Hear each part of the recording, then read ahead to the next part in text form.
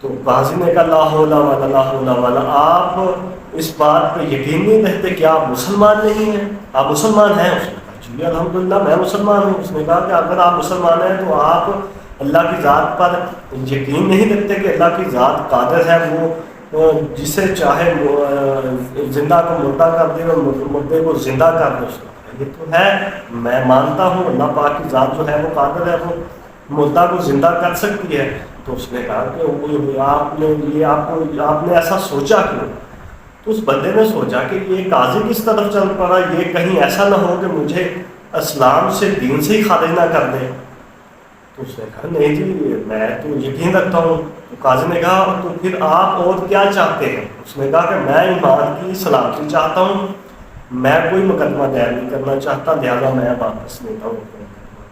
تو ایک مقدمہ تو ہے وہ خارج ہو گیا جس سے قصائی بری ہو گیا۔ دوسرا مقدمہ اس نے کہا کہ پیش کیا جائے، سنایا جائے واقعہ کے ساتھ، کیا واقعہ ہوا ان کے ساتھ۔ تو دوسرا انہوں نے بتایا کہ یہ قصائی نے میری جو ہے آنکھ میں چھری لگ گئی ہے جس کی وجہ سے میری آنکھ چلی گئی۔ تو قاضی نے کہا کہ آپ کی آنکھ اس نے نکالی ہے تو آپ ایسا کریں، ہاف نقصان اس کا کر دیں۔ ہاف نقصان آپ کیا کریں گے؟ آدھا نقصان کیا کریں گے؟ لہذا آپ ایسا کریں، آپ دوسری آنکھ جو ہے وہ بھی اس سے نکلوا لیں، تو پھر آپ اس کی ایک آنکھ نکال لینا۔ کہا کہ یہ کیسا فیصلہ ہے جو میں ایک آنکھ سے پہلے محروم ہو چکا ہوں، دوسری آنکھ سے بھی محروم ہوں، پھر میں اس کا بدلہ لینے کے لیے اس کی ایک آنکھ نکالوں؟ لہٰذا ایک جو نکل چکی ہے یہی بہت ہے، دوسری میں نے نہیں نکلوانی۔ اس نے کہا کہ اگر نہیں نکلوانی تو پھر آپ آدھا نقصان کیا کریں گے اور کیا چاہتے ہیں؟ اس نے کہا کہ میں کچھ نہیں چاہتا، لہٰذا میں اپنا مقدمہ جو ہے وہ واپس لیتا ہوں۔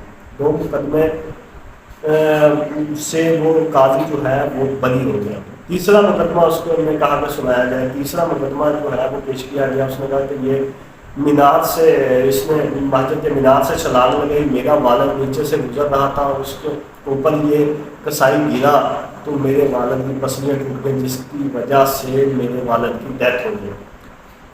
اس کا بھی کوئی مسئلہ نہیں ہے، ظلم کیا اس نے، زیادتی کی ہے، لہٰذا ہم ابھی انصاف کرتے ہیں۔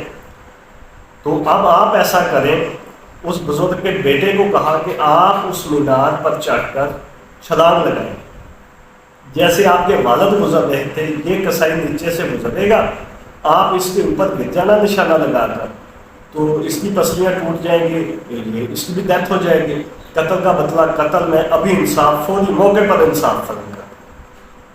اس بزرگ کے بیٹے نے کہا کہ میں جو چھلانگ لگاؤں یہ قصائی جو ہے وہ آگے پیچھے ہو گیا، اس کا تو پتہ نہیں میں نہ مر جاؤں۔ کہ اگر یہ ایسی بات ہے تو آپ کا بزرگ بھی دیکھ سکتا تھا، آپ کا بزرگ بھی آگے پیچھے ہو سکتا تھا، جیسے آپ نے کہا کہ اگر میں یہ آگے پیچھے ہو گیا تو میں کہیں میں نہ مر جاؤں، تو آپ کا بزرگ بھی آگے پیچھے ہو سکتا تھا۔ تو میرے پاس تو یہی انصاف ہے، اگر لینا ہے تو اس نے کہا کہ ایسا انصاف مجھے نہیں چاہیے، لہٰذا میں اپنا مقدمہ جو ہے وہ واپس لیتا ہوں۔ میں نہ بھی مرا چھلانگ لگا کر لگیاں ہڈیاں پسلیاں جو ہے وہ تو ٹوٹ ہی جائیں گی نا، لہٰذا میں مقدمہ اپنا واپس لیتا ہوں، میں اپنی جان نہیں گنوانا چاہتا۔ تو ناظرین یہ جو ہے یہ سارا جو کام ہے یہ ملی بھگت سے ہوتا ہے۔ کتی جیسے کہتے ہیں نا کتی چوروں سے بن جائے تو پھر ایسے کام ہوتے ہیں، یہ بہتر جانتے ہیں۔ جیسے قاضی نے کہا کہ ہم الجھے ہوئے کام کو سلجھانا جانتے ہیں اور سلجھے ہوئے کو الجھانا جانتے ہیں۔ جیسے ہمارے ملک میں انصاف ہو رہا ہے، الحمدللہ بہت اچھا انصاف ہو رہا ہے، آپ لوگوں کے سب کے ملک کے سامنے ہے جو حالات ہے، جو عدلیہ کا حالات ہیں، جو اداروں کے حالات ہیں، جو ہمارے ملک کے حالات ہیں، یہ سب آپ کے سامنے ہے، کوئی لگی چھپی بات نہیں ہے۔